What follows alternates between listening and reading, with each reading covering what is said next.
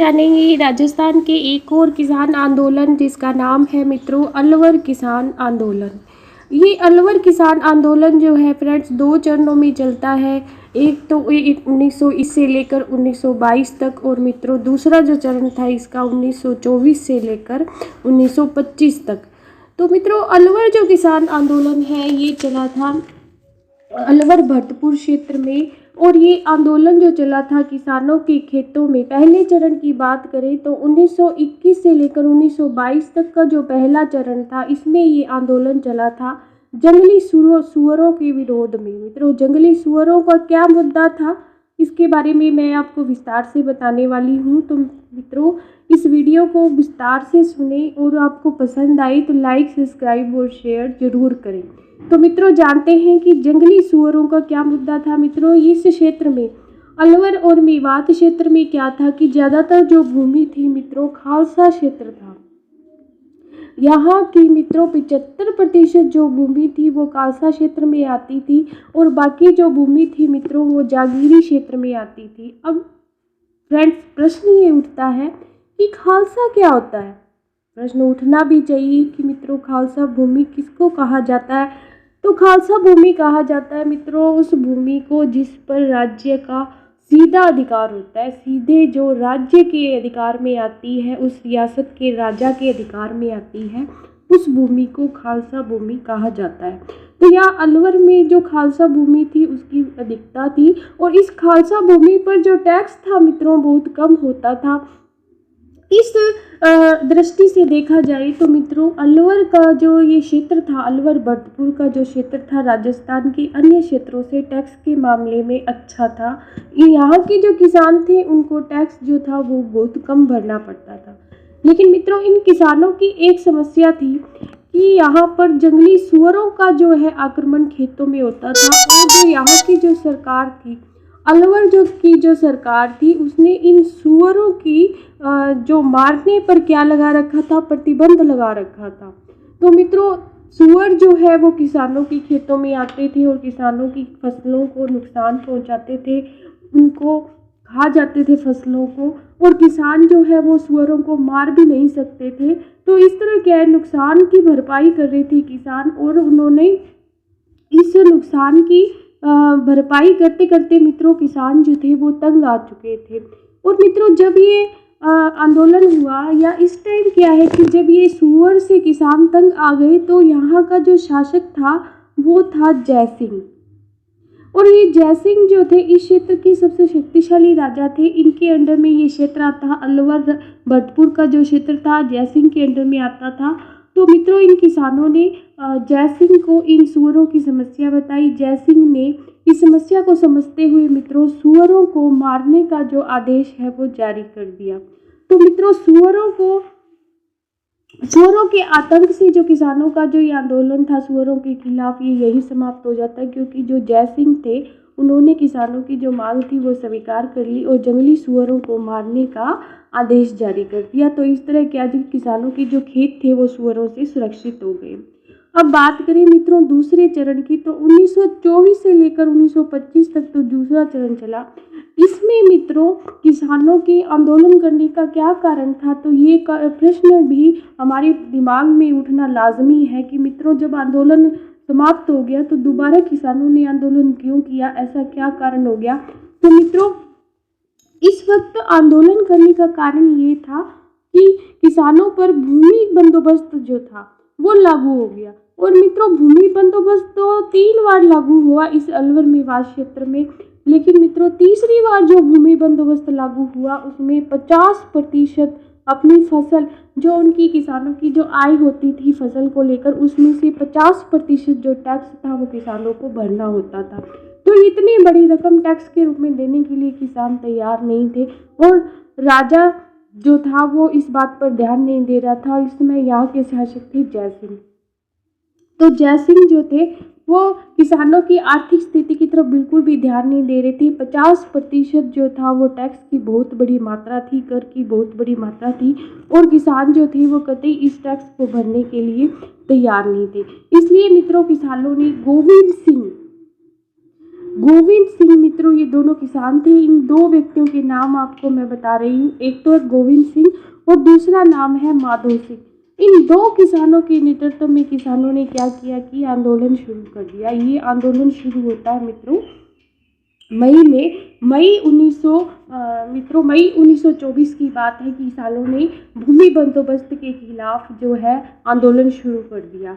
तो मित्रों भूमि बंदोबस्त जो किसके द्वारा लगाया गया किसानों पर भूमि पर टैक्स वसूलने के लिए, तो ये भूमि बंदोबस्त लगाया गया एन.एम. टिक्को द्वारा। एन.एम. टिक्को जो था मित्रों अंग्रेज अधिकारी था और एन.एम. टिक्को द्वारा ये भूमि बंदोबस्त की प्रक्रिया शुरू की गई मित्रों। इसने किसानों को एक किस्म से टिक्का ही लगा दिया। अब टिक्का क्या लगा दिया मित्रों, इसने 50% जो है वो कर वसूलना शुरू कर दिया। और जयसिंह जो थे वो किसानों का साथ नहीं दे रहे थे, क्योंकि ये तो बिल्कुल अंग्रेजों के स्वामी भक्त थे। तो मित्रों राजाओं की इस इग्नोरेंस से किसानों की जो हालत थी वो दिन ब दिन बिगड़ती जा रही थी। किसानों ने इकट्ठा होकर गोविंद सिंह और माधो सिंह के नेतृत्व में क्या कर दिया, आंदोलन शुरू कर दिया। मित्रों आंदोलन से क्या हुआ कि यहाँ का जो शासक था जयसिंह जो था वो घबरा गया और इसने अलवर भरतपुर जो रियासतें जागीरें थी वहाँ पर सभा करने और हथियार रखने पर पाबंदी लगा दी। और ये पाबंदी कब लगाई मित्रों, 6 मई को इन्होंने मतलब वहाँ की जो जनता थी, स्थानीय जनता, उस पर इकट्ठा होकर सभा करने और हथियार रखने पर पाबंदी लगा दी।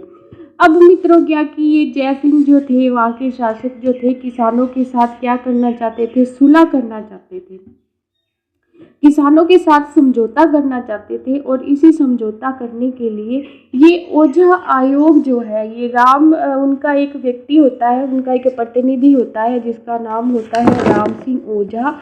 और इस ओझा आयोग को किसानों के पास भेजते हैं। ये ओझा आयोग जो है मित्रों किसानों को सहमत कराने में नाकाम रहता है। और आखिरकार क्या होता है कि मित्रों किसान जो है वो इकट्ठा होकर 13 मई मित्रों 13 मई वो दिन है जिस दिन किसान नीमू चना स्थान पर इकट्ठा होते हैं। नीमू चना एक स्थान है।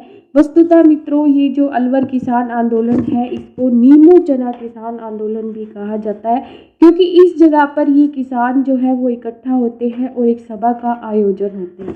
अब आप ही बताओ मित्रों कि जो जयसिंह जो है आदेश जारी कर देता है कि कोई भी इस स्थानीय स्तर पर कोई भी व्यक्ति जो है वो इकट्ठा नहीं होंगे, कुछ लोग इकट्ठा नहीं होंगे एक साथ, और इकट्ठा नहीं होंगे, हथियार नहीं रखेंगे, किसी तरह का विचार विमर्श नहीं करेंगे इकट्ठा होकर। तो मित्रों किसानों की ये जो सभा थी ये इसने पूरी तरह से गैर कानूनी मानी और इसने निर्णय लिया कि वो अब किसानों का दमन करेगा, हिंसक तरीके से किसानों का दमन करेगा।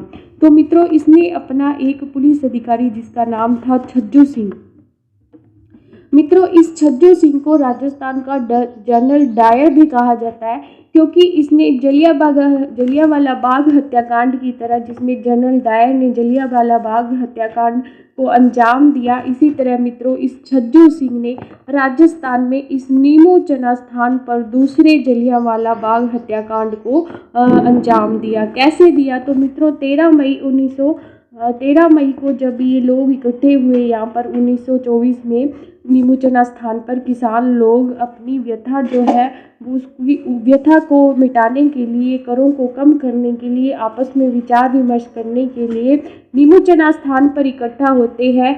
तो यहाँ पर मित्रों ये छज्जू सिंह जो एक पुलिस अधिकारी होता है ये अपनी पुलिस जो फौज है उसको साथ लेकर आता है और इकट्ठे हुए लोगों पर पूरे गांव को घेर लेता है। मित्रों नीमू चना जो है पूरा गांव जो है इसको घेर लेता है और धड़ाधड़ मित्रों अपनी स्टेन गनों से भी जो पुलिस बल होते हैं वो किसान लोगों पर गोलियां बरसाना शुरू कर देते हैं। तो मित्रों इस दुर्घटना में काफ़ी लोग घायल हो जाते हैं और जब इसकी खबर, जो नीमू चना घटना की जो खबर है वो पूरे देश में जगह जगह फैल जाती है। मित्रों नीमू चना घटना की जो खबर है वो राजस्थान सेवा संघ के समाचार पत्र तरुण राजस्थान में भी छपती है। इसके साथ साथ मित्रों इसकी सबसे ज़्यादा खबर छापने वाला दिल्ली का क्षत्रिय सभा का एक अखबार भी था जिसमें सबसे ज़्यादा इसकी खबर छपती है मित्रों, और उस अखबार का नाम था पुकार। तो मित्रों यहाँ से प्रश्न बनता है कि कौन सा अखबार था, कौन सा समाचार पत्र था मित्रों जिसमें नीमू चना घटना की सबसे ज़्यादा खबर छपी। तो मित्रों वो था पुकार नामक अखबार, जो दिल्ली से प्रकाशित होता था, क्षेत्रीय सभा का ये मित्रों ये अखबार था। मित्रों बात करें कि नीमू चना घटना, इसको नाम किसने दिया, इस घटना को नीमू चना घटना किसने नाम दिया, तो राम नारायण चौधरी ने इस घटना को नीमू चना घटना नाम दिया। किसने दिया, राम नारायण चौधरी ने। मित्रों राष्ट्रीय स्तर की नेताओं की बात करें तो मित्रों महात्मा गांधी जो है हमारे राष्ट्रपिता, उन्होंने भी नीमू चना घटना की भरसक इन्होंने इसका भरसक भर्त्सना की और कहा कि ये दोहरी दायरशाही है या दोहरा जलियांवाला बाग हत्याकांड है, दूसरा जलियांवाला बाग हत्याकांड है। महात्मा गांधी ने इसे दोहरी दायरशाही या दूसरा जलियांवाला बाग हत्याकांड कहकर इसका विरोध किया। और महात्मा गांधी ने मित्रों इस घटना का विरोध दूसरा जलियांवाला बाग हत्याकांड कहकर अपने यंग इंडिया समाचार पत्र में प्रकाशित किया। यंग इंडिया समाचार पत्र जो था मित्रों महात्मा गांधी द्वारा निकाला गया। यंग इंडिया में इन्होंने इस नीमू चना हत्याकांड की भरसक भर्त्सना की और कहा कि ये हमारे देश का दूसरा जलियांवाला बाग हत्याकांड है। दूसरा जलियांवाला बाग हत्याकांड इसको किसने कहा, तो मित्रों दूसरा जलियांवाला बाग हत्याकांड इसको महात्मा गांधी ने कहा। इस तरह मित्रों पूरे देश में इस घटना की बहुत ही विरोध हुआ और किसानों के पक्ष में स्वर जो थे वो मुखरित होने लगे। वस्तुतः मित्रों ये हत्याकांड तो हो गया। अब हत्याकांड के बाद क्या होता है हमारे देश में, हत्याकांड के बाद क्या होती है मित्रों, जांच होती है और ये जांच चलती रहती है और इसका कोई सार्थक परिणाम जो है वो आज तक नहीं आता। तो उस टाइम में भी क्या हुआ कि मित्रों इतना बड़ा हत्याकांड हो गया, इतने लोग उसमें मारे गए, निर्दोष किसानों की उसमें हत्या हो गई, लेकिन मित्रों एक अलग अलग लोगों द्वारा अलग अलग जांच कमेटी बिठा दी गई और कोई भी सार्थक परिणाम जो है इस घटना का नहीं निकला।